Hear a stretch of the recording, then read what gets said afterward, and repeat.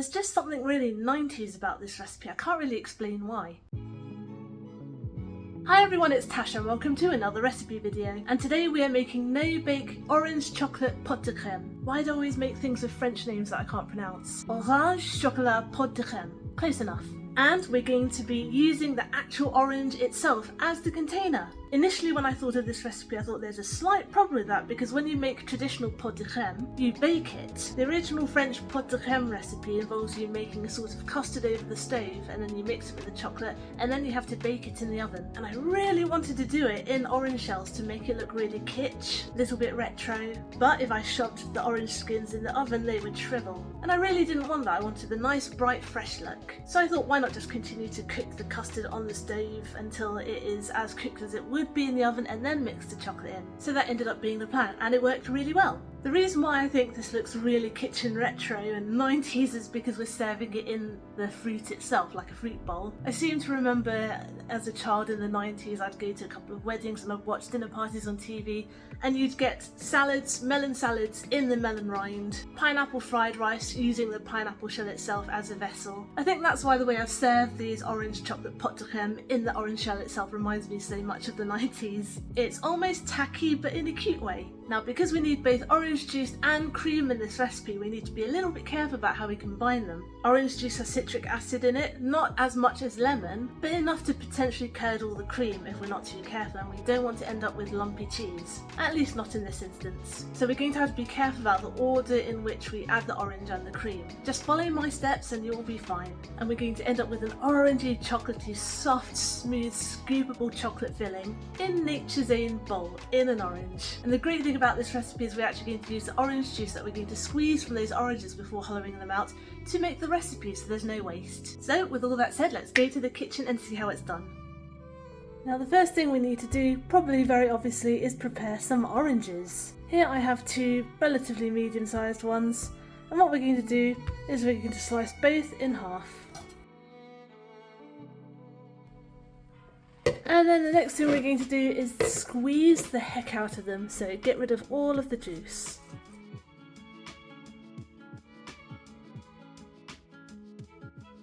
There we are. Now let's get rid of the pulp and we are going to set this juice aside. We're not going to use all of it, but we are going to use some of it. And now we're not quite done with these shells yet. We're going to take a spoon and we're going to scrape out the rest of the pulp. Don't scrape too much because we want a bit of the thickness of the pith left. But yes, do scrape all of this stuff out. You can see it's coming away a bit.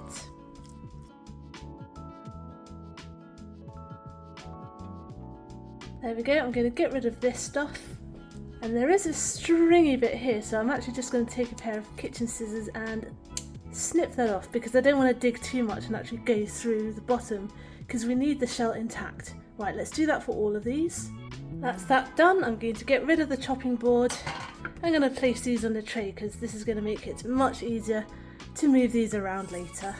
Now another thing we need to do is we need 4 egg yolks. So I've done it here, I've done 3 of them here. I'm just going to show you how to do that. Just crack an egg,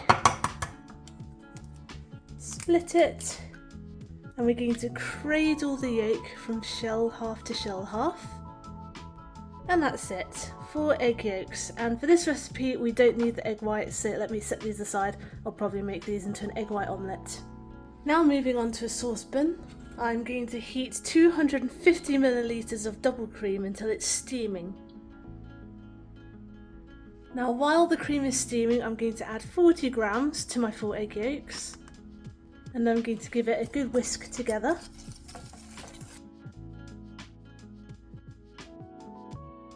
And now I'm going to whisk very thoroughly the cream straight into the egg yolks. Keep stirring.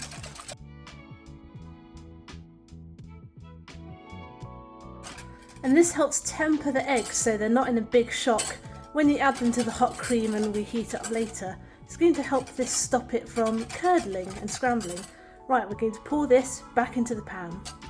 We're now back on the heat and we're going to keep stirring this until it gets thick enough to coat the back of our spatula. It's very important that you don't turn up the heat too high. Don't be tempted. We want to gently cook it because there's still a risk we could scramble our egg yolks at this point. So cook it nice and gently until it becomes thick, and what you'll be able to do is drag your finger across the back of your spatula or spoon and it will leave a trail. It's at this stage I'm also going to add a little tiny pinch of salt. You can also add this when you add the sugar. Now once it reaches this stage, you see that was when I dragged my finger across the spatula and it's thick enough to leave a trail. We're going to stir in 125 millilitres of our orange juice. So now we know that our egg yolks are nice and cooked, all we want to do is now heat this up. Now the reason why I didn't add the orange juice to the cream in the first place was there is a citric acid in orange juice and I didn't want it to potentially curdle the cream, but now it's all been mixed with the sugar and the egg yolks and the egg yolks have been cooked, there is less fear of that happening. So let's heat this up until it's steaming again. And to make it even orangier, we're going to add about half a teaspoonful of orange extract.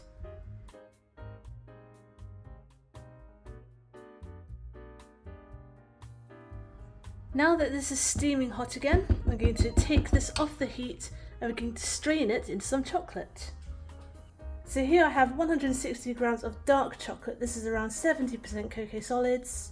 And I'm going to strain our hot egg yolk custard mixture cream right in. And the reason why I'm straining it is because I have a feeling a few orange bits from squeezing the juice fresh are still in there. So best be safe than sorry, we don't want any lumps. And of course we're straining out any bits of egg that did in fact curdle, which does happen sometimes. As you can see, there is a bit, but no worries, we've just got them out. We're going to let this sit for about 1 to 2 minutes just to give the chocolate a chance to melt. And then we're going to give it a little bit of a whisk.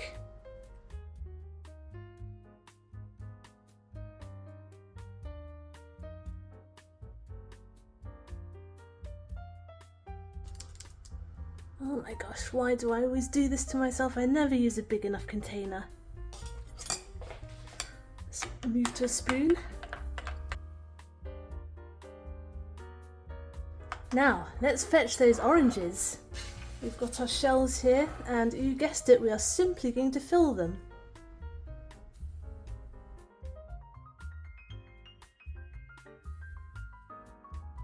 And you know what, there is enough for another orange half, but I don't have an orange half, but I do have a ramekin, so I'm going to put it in a ramekin. You can of course serve all of these in a ramekin, but where's the fun in that?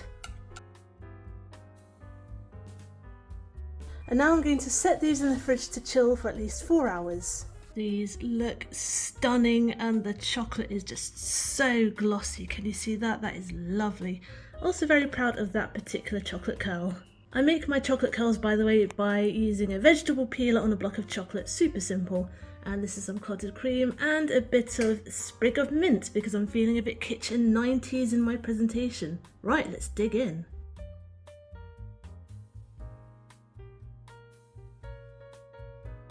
Wow. First, take a look at that. Secondly, how good am I for not having taken a bite after taking that slowmo scoop?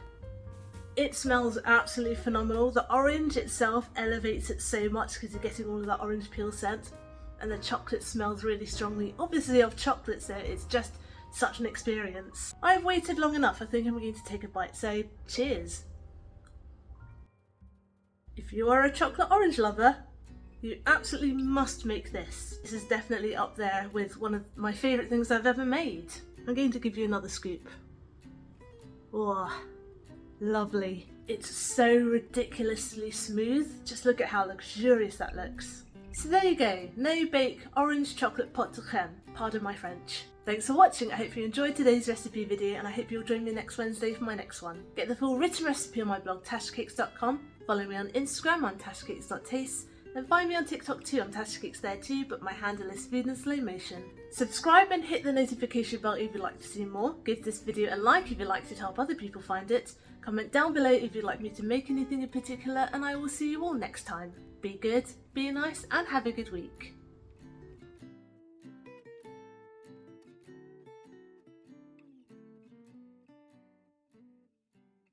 For the first time in weeks, a car alarm didn't go off one time while I was filming that.